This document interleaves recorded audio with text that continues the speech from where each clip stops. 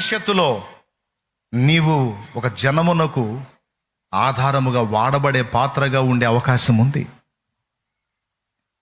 ఇశ్రాయేలు ఆడపిల్లలు చాలామంది ఉన్నారు. బబులోను సంస్థానం, బబులోను చెరలో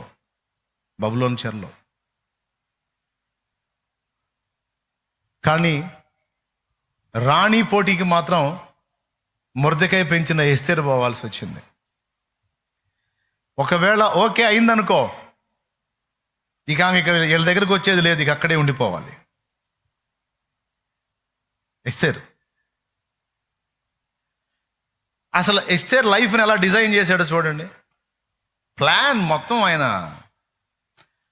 పసితనంలోనే తల్లిదండ్రి ఇద్దరిని తీసుకున్నాడు. ఎస్తేర్కి తల్లిదండ్రి ఇద్దరిని కోల్పోయింది ఆమె. అంటే మాతృవియోగం, పితృవియోగం, తల్లిదండ్రి ఇద్దరిని కోల్పోయినటువంటి ఆడపిల్ల. తన గోడు చెప్పుకునేదానికి ఎవరు లేరు. అన్న వరస అవుతాడు మొర్దెకాయ్. ఆయన తెచ్చి కూతుర్లా పెంచుకున్నాడు ఎస్తేర్ని. ఒకవేళ మొర్దెకాయ్ ప్రేమించవచ్చు, మొర్దెకాయ్ భార్య ప్రేమించిందో లేదో మనకు తెలియదు, చెప్పలేం. ఇప్పుడు ఒకవేళ తల్లిదండ్రి ఉండి కుటుంబ జీవనంలో ఉండి వాళ్ళ మధ్యలో నుంచి రాణి పోటీకి వెళ్ళి అక్కడే నువ్వు స్థిరపడిపోవాలి, నీ ప్రాణం పోవునంత వరకు ఇంకక్కడేనమ్మా నీ చరిత్ర, ఇక మళ్ళా మాతో కలిసేది లేదు అంటే ఏ ఆడపిల్ల ఒప్పుకుంటుంది?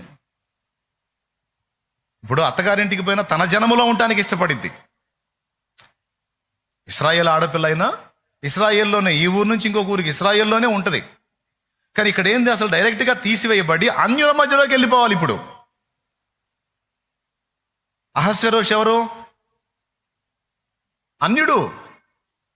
అతని సంస్థానం అంతా ఎవరు? అన్యులు. అతని అంతఃపురంలో ఉండేది ఎవరు? అన్యులు. వాళ్ళు ఎవరు ఇశ్రాయేలీలు కాదు. మరి ఇప్పుడు ఈ అమ్మాయి పోయి ఎక్కడ ఉండాల్సి వస్తుంది? అన్యుల మధ్యలో. తన సొంత ప్రాంతం వదిలేసి, స్వదేశం వదిలేసి అన్యుల మధ్యలోకి వెళ్ళిపోతుంది. కానీ ఎస్తేరు తొణకలేదు. ఎందుకు తెలుసా? దేవుడు ముందుగానే ఎస్తేరుకి ఒంటరి లైఫ్ను అలవాటు చేశాడు, నేర్పాడు. తల్లిదండ్రుల రెక్కల నీళ్ళలో కాదు, ఒంటరిగా బతకటం, ఒంటరిగా తను తాను నిలదొక్కుకోవటం, దేవుని వైపు చూసి బ్రతకటం అనేది చిన్ననాటి నుంచి అలవాటు చేశాడు. ఎందుకో తెలుసు? ఒకవేళ తల్లిదండ్రులు ఉన్నారనుకో, ప్రతిదీ వాళ్ళ మీద డిపెండ్ అయ్యేది. వాళ్ళిద్దరిని దూరం చేసి తనది కాని కుటుంబంలోనికి తనను చేర్చి ఇతరుల దయాదాక్షిణ్యాల మీద బ్రతికేటట్టు ఆ అనుభవాన్ని, ఆ ట్రైనింగ్ని ఎస్తేరుకి దేవుడు బాల్యం నుంచి నేర్పుకుంటూ వచ్చాడు. ఎన్నిసార్లు ఏడ్చుకుందో. ఇప్పుడు కొంతమంది తల్లి లేని పిల్లలు ఉంటారండి. తండ్రి ఉంటాడు, తల్లి ఉండదు. తండ్రి రెండో పెళ్లి చేసుకుంటాడు. ఆ రెండో పెళ్లి చేసుకున్నప్పుడు రెండో భార్యగా వచ్చినామా, ఈ మొదటి భార్య సంతానాన్ని ఏడిపించే వాళ్ళు ఎక్కువ మంది ఉంటారు. ప్రేమ చూపేవాళ్ళు కొంతమంది ఉంటే, టార్చర్ చేసేవాళ్ళు ఎక్కువ మంది ఉంటారు. నాన్నకు ప్రేమే, కానీ రెండో అమ్మకు ప్రేమ ఉంటుందా? అదే తనకు పుట్టిన సంతతి అయితే గోరుముద్దలు అడిగడిగి తినిపించింది. అదే ముందు భార్య సంతతి అనుకో, తింటే తిను, లేకపోతే సావు అక్కడ బడి, నేనేం బతిలాను నిన్ను, ఎక్కడెక్కడ గుంపంతా బడి మా ప్రాణానికి అనే మాటలు మాట్లాడే వాళ్ళు కూడా నేను విన్నాను.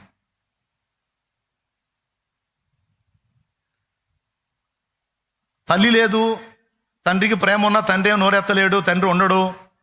మరి ఇప్పుడు చవతి తల్లి దగ్గర ఎన్ని బాధలు పడాలి? మొర్దెకాయ ప్రేమించి ఉండొచ్చు, మొర్దెకాయ భార్య ప్రేమించిందో లేదో, ఎస్తేరు ఎంత ఏడ్చుకుందో తన ఒంటరి జీవితంలో. కానీ ఒక ఆధారాన్ని చేసుకుంది. మొర్దెకాయ భక్తుడు ఆయన్ను బట్టి ఇశ్రాయేలు దేవుడైన యెహోవా యందు ఎస్తేరు కూడా భయభక్తులు నిలిపింది. ఏడ్చుకొని దేవుడిని అడుగు ఉండొచ్చు ఎస్తేరు, ఎందుకు నాయన, ఇశ్రాయేలు ఆడపిల్లలందరికీ తల్లిదండ్రులు ఉన్నారు, నాకెందుకు నాయన, కనీసం తల్లో తండ్రి ఎవరిని లేకుండా ఇద్దరిని తీసేసావేంది తండ్రి అని అడిగినప్పుడు దేవుని సమాధానం ఏమై ఉంటుంది? ఎస్తేరు, ఇశ్రాయేలు ఆడపిల్లలందరూ వేరు, నువ్వు వేరు. ఇశ్రాయేలు ఆడపిల్లల ఫ్యూచర్ వేరు, నీ ఫ్యూచర్ వేరు. సింపుల్గా చెప్పాలంటే వాళ్ళందరికీ అందరూ ఉన్నారు, కానీ రేపు వాళ్ళందరికీ నువ్వే దిక్కు. వాళ్ళందరికీ నువ్వే దిక్కు. నీకు అమ్మా నాన్న లేకపోవటం కాదు, నువ్వే వాళ్ళకి తల్లివి తండ్రివి అయ్యేటువంటి పరిస్థితి రేపు రాబోతుందమ్మా. అందుకే నువ్వు ఆ స్థానంలో ఉండాలి. అందుకే నీ వాళ్ళని నువ్వు కోల్పోవాలి. అందుకే నువ్వు నీ స్వజనుల్ని నష్టపోవాలి. నీ సొంత ప్రాంతాన్ని వదిలి వెళ్ళిపోవాలి. అన్యుల మధ్యలో నీవు బ్రతకాలి. ఎందుకంటే నిన్ను వారికి ఆధారముగా నేను ఏర్పరచుకొని ఉన్నాను.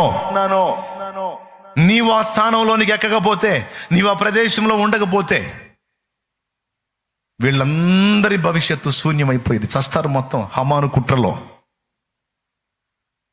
కుట్రలో చస్తారు మొత్తం.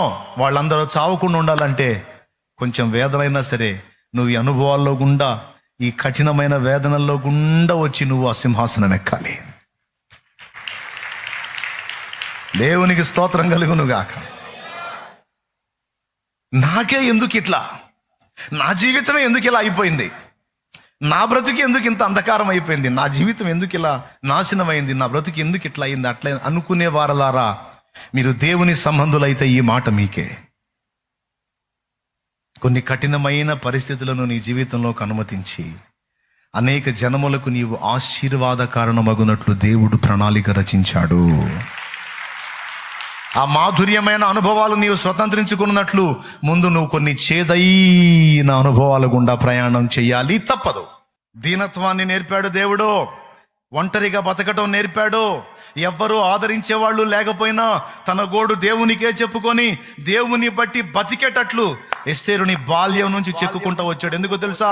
రాబోతున్న దేవుని ప్రజల పెద్ద ప్రమాదాన్ని ఈ ఆడపిల్లే అడ్డుకోవాలి. దేవుని ప్రజను ఈ ఆడపిల్లే రక్షించాలి. ఆ కష్టకాలంలో ఈ ఆడపిల్లే బతికించాలి. ఆ కష్టకాలంలో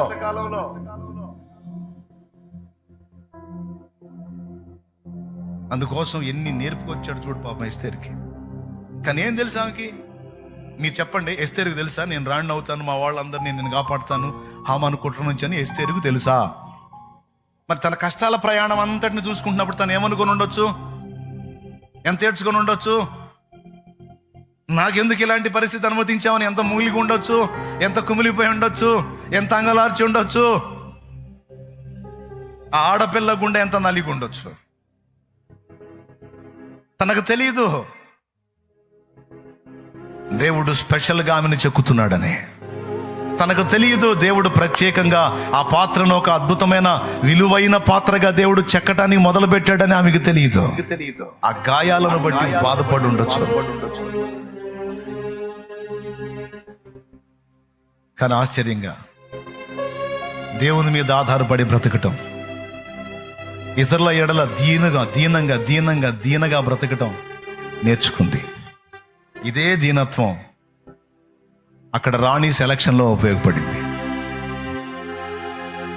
అహస్వేరోషు ముందుకు వెళ్ళేటువంటి ఆడపిల్లలు రాణి హోదాకి ఎవరు సెట్ అవుతారో నేను ఎంపిక చేసుకుంటా, నేను ఏ ఆడపిల్లని చూపిస్తానో ఆమె నా రాణి అంటే ఈ రాణి ఎంపికకి చాలా మంది రాజకుమార్తెలు వెళ్ళారు.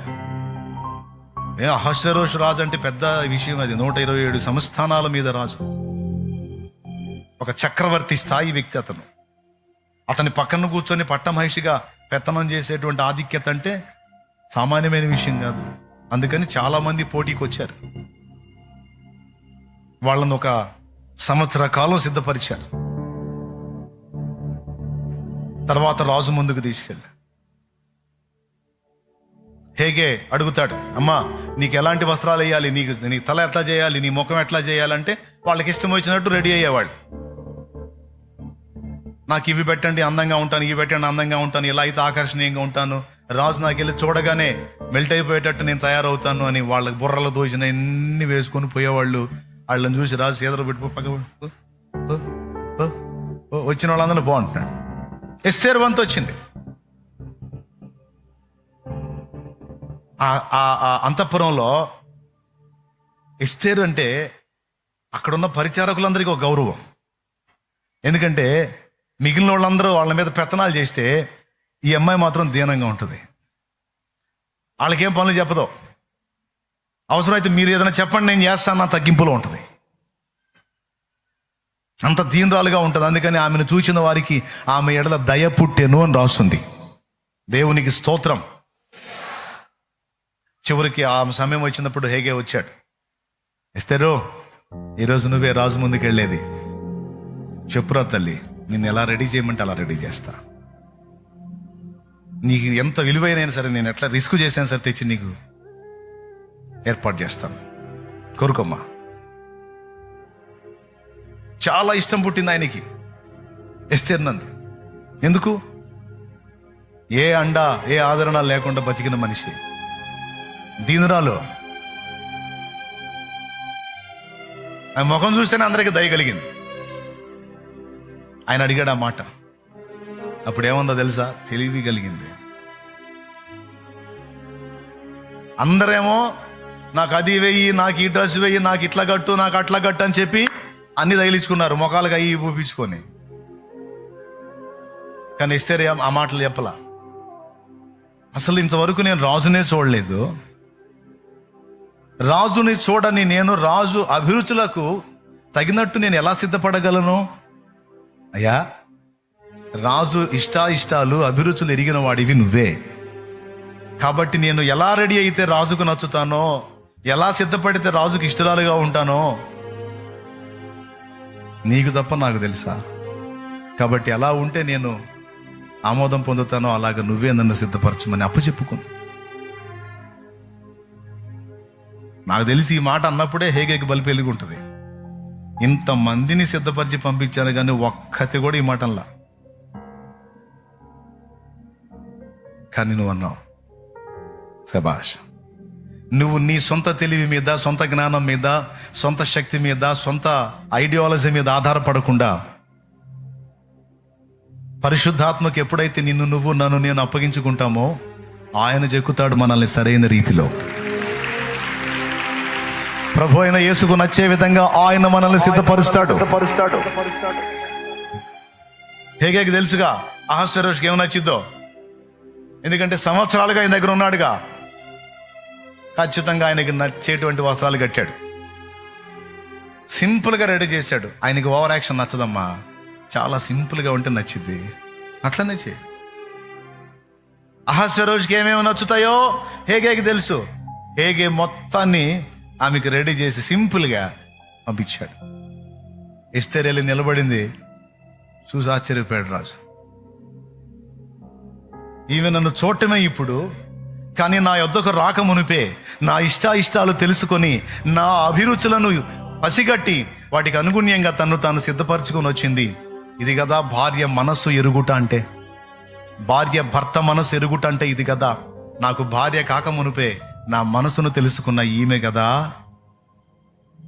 నాకు భార్య కాదగినది, రైట్ అని ఇంకా మొత్తం అందరినీ క్యాన్సిల్. ఇదిగో నా భార్య నాకు దొరికినది, ఎస్తేరే నా భార్య. హదస్సా అయిపోయి ఒక దెబ్బతో రాణి అయిపోయింది. అహంకారులను ఎదిరించి దీనులకు కృప చూపే దేవుడు నా దేవుడు. దేవునికి మహిమ కలుగును గాక. హల్లెలూయా. కృప చూపే దేవుడు. తర్వాత రాణి అయిన తర్వాత హామాను కుట్రని ఎంత బాగా విచ్ఛిన్నం చేసి రాజు ఆజ్ఞ బయలుదేరిన తర్వాత రద్దు కాదు, అలాంటి స్థితిలో కూడా ఆ ఆజ్ఞను తిరగరాసి నాశనం చేయాలనుకున్న శత్రువుల వినాశనాన్ని జరిగించి తన ప్రజలను కాపాడుకున్నది ఎస్తేరు. ఇంత పెద్ద పని ఆమెకుందన్న సంగతి, ఇంత పెద్ద ప్రణాళిక తన ఎడల ఉందన్న సంగతి మొర్దెకైకి తెలుసా? ఎస్తేరుకు తెలుసా? పోనీ ఇశ్రాయేలు సర్వ సమాజంలో ఎవరికైనా తెలుసా? ఒక్కడికి తెలుసు. నాకే ఎందుకు ఇలా, నన్నే ఎందుకు ఇలా, నా పరిస్థితులే ఎందుకు ఇలా? అందరి జీవితాలు బాగానే ఉన్నాయి, అందరి లైఫ్లు బాగానే ఉన్నాయి, అందరి కుటుంబాలు బాగానే ఉన్నాయి, అందరికి అన్నీ దక్కినాయి, నాకెందుకు మాకెందుకు ఇవి దక్కలేదు, మేమెందుకు ఇలా ఉండాల్సి వచ్చింది అని నువ్వు ప్రశ్నిస్తే నీకు సమాధానం. దేవుడు అబ్రహామును కోరుకున్నట్టు, దేవుడు ఎస్తేరును కోరుకున్నట్టు, యోసేపును కోరుకున్నట్టు, పౌలును కోరుకున్నట్టు కొన్ని పాత్రలను స్పెషల్గా కోరుకుంటాడు దేవుడు. అందుకే వాళ్ళకి కొన్ని ప్రత్యేకమైన అనుభవాల్లో నుంచి తీసుకెళ్తాడు వాళ్ళని. నాకే ఎందుకు కాదు, ఇన్ని నాకే ఇచ్చావంటే ఈ ధన్యత నాకే ఇచ్చినందుకు నీకు స్తోత్రం ప్రభువా అనుకో. నాకున్న బాధలు ఎవరికీ లేవని నువ్వు అనుకునే పని అయితే నీకున్న ధన్యత కూడా ఎవరికి లేదని దేవుణ్ణి స్తుతించు. ఎందుకంటే ఆయన స్పెషల్గా నీ మీద వర్క్ చేస్తున్నాడు. ఇప్పుడు నీకు అర్థం కాదు, ప్రస్తుతం సమస్యను ఫేస్ చేసేటప్పుడు నీకు అర్థం కాదు, ఫైనల్లో నీకు క్లారిటీ వస్తుంది ప్రతి విషయంలో. ఆమేన్ తమ్ముడు, ఫైనల్లో చాలా స్పష్టత వస్తుంది నీకు. ప్రస్తుతానికి దీన మనస్కుడివై, దీన మనస్కురాలివై ఆ బలీయమైన చేతి కింద, ఆ నీతి సూర్యుని చేతి కింద దీన మనస్కుడివై, దీన మనస్కురాలివై నిన్ను నువ్వు తగ్గించుకొని అప్పచెప్పుకో. తర్వాత చూద్దు కానీ. వెళ్ళమన్నప్పుడు వెళ్ళు, ఉండమన్నప్పుడు ఉండు. నిన్ను ముందుకు నడిపించినా దానికి ఒక ప్రణాళిక ఉంది, నిన్ను ఉన్న చోట నిలబెట్టినా ఒక ప్రణాళిక ఉంది. సమస్తమును నెరవేర్చగల దేవుని వైపు నీ దృష్టి నిలుపు. పట్టుదల నీది కాదు, గుర్తు రాసుకో ఈ మాట. పట్టుదల నీది కాదు. నిన్ను ఒక అద్భుతమైనటువంటి ఆణిముత్యంగా తీర్చిదిద్దాలన్న పని, పట్టుదల దేవుడు పట్టాడు. ఆయన అన్నది నెరవేర్చిందాక వదలడు. ఆమేన్ చెప్పు, ఆమేన్ చెప్పు, ఆమేన్. పట్టుదల మన అయితే అయిపోయింది ఎప్పుడు, కానీ పట్టుదల మనే కాదు, ఆయన పట్టాడు పట్టు. మొదటి విడత పట్టిన పట్టుకు కొంతవరకు పని జరిగింది. ఇప్పుడు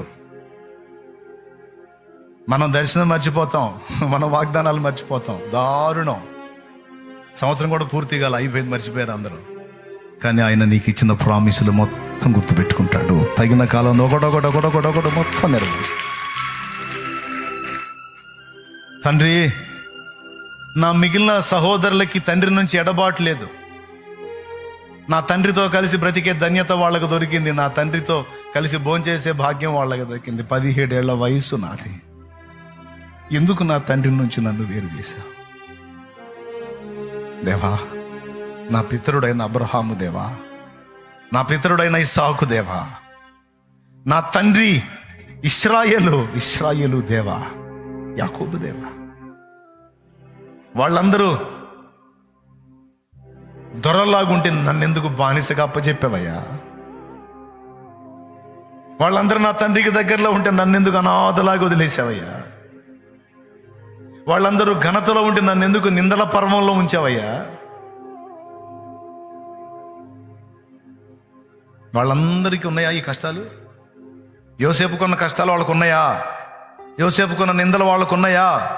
యోసేపుకున్న బాధలు వాళ్ళకు ఉన్నాయా? లేవు. తండ్రి ఎడబాటు లేదు, కానీ యోసేపుకు తండ్రి ఎడబాటు. బానిస బతుకులు లేవు, కానీ యోసేపుకు బానిస బతుకు. జైలు జీవితాలు వాళ్ళకి లేవు, కానీ యోసేపుకు జైలు జీవితం. చెయ్యని నేరానికి నిందలు మోసిన పరిస్థితి వాళ్ళకి లేదు, కానీ యోసేపుకు నిందలు. వాళ్ళందరికంటే నేనే ఎక్కువ చెడ్డవాడినా? నాకు ఈ శిక్షలు న్యాయమేనా? ఏమో, ఆయన హృదయంలో ఎంత నలిగాడో, ఆయన ఎంత ఏడ్చుకున్నాడో. కానీ దేవుని సమాధానం ఏంటి? యోసేపుకు తెలుసా యోసేపు ఐగుప్తుని ఏలేవాడవుతాడని? యోసేపుకు తెలుసా యోసేపు తన కుటుంబానికి అన్నదాత అవుతాడని? యోసేపుకు తెలుసా ఐగుప్తు చుట్టుపట్ల ఉన్న ప్రాంతాలకి లక్షలాది మందికి కడుపు నింపేవాడు అవుతాడని? యోసేపుకు తెలుసా? యోసేపు బ్రైట్ ఫ్యూచరు ఆయనకి తెలుసు. పడుతున్న కష్టాలే చూస్తున్నారు, కానీ ఈ కష్టాల వెనుకున్న గొప్ప ఆధిక్యత, రాబోతున్న ఆశీర్వాదకరమైన జీవితాన్ని వాళ్ళు ఎవరూ చూడలేదు. ఎస్తేరు చూడలేదు, అబ్రహాం చూడలేదు, యోసేపు చూడలేదు, నా బతుకు నేను కూడా చూడలేదు. నేను చాలా ఏడ్చుకున్నా నా పరిస్థితులను బట్టి.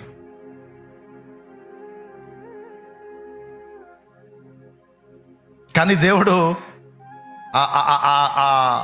ఆ వేదనల పర్వమంతా ముగించి దేవుడు తన కార్యాన్ని మొదలుపెట్టినప్పుడు ఇప్పుడు ప్రతిదినం ఒక ఆశ్చర్యమే. నాకు ప్రతిదినం ఒక ఆశ్చర్యమే.